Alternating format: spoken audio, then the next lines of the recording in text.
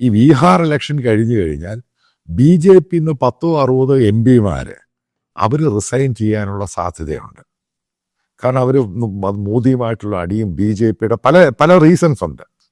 അവരതിൻ്റെ അകത്ത് റിസൈൻ ചെയ്ത് കഴിഞ്ഞാൽ അതാണ് ഞാൻ പറഞ്ഞത് ഈ അമേരിക്ക ഇഷ്യൂവും രാഹുൽ ഗാന്ധിയുടെ ഇഷ്യൂ എല്ലാം കൂടെ ഒറ്റ വർഷമാണ് ഞാൻ ഈ കാലാവധി പറഞ്ഞ മോദി ഒരു വർഷമേ നിൽക്കുകയുള്ളൂ. ഇനി അത് രണ്ടാമത്തെ പോയിന്റ് ഉണ്ട്.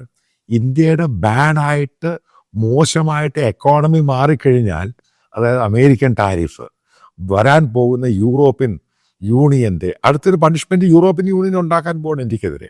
ഇതെല്ലാം കൂടെ ക്ലബ്ബ് ചെയ്ത് കഴിഞ്ഞാൽ പിന്നെ ഇന്ത്യ എക്കണോമിക് ക്രൈസിസിനോട്ട് പോവുകയാണ്.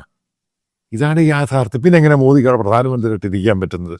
പ്രതിപക്ഷത്തിൻ്റെ പ്രശ്നം, സ്വന്തം പാർട്ടിക്കകത്ത് പ്രശ്നം, RSSൻ്റെ പ്രശ്നം, ഇതെല്ലാം വെൽ കാൽക്കുലേറ്റഡ് ആയിട്ടാണ് ഞാനിത് പറഞ്ഞത്.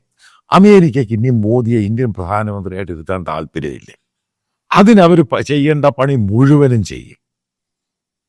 മനസ്സിലാക്കുക, ഈ പറയുന്ന മോദി ഗവൺമെൻറ് അതായത് സഞ്ചരിക്കുമ്പോൾ രണ്ട് കമ്പുകൾ വെച്ചാൽ നടക്കുന്നത്. ഒരു കമ്പ് ഒരു ഭാഗത്ത് ചന്ദ്രബാബു നായിഡു, മറുഭാഗത്ത് ഈ പറയുന്ന നിതീഷ് കുമാറിൻ്റെ JDU.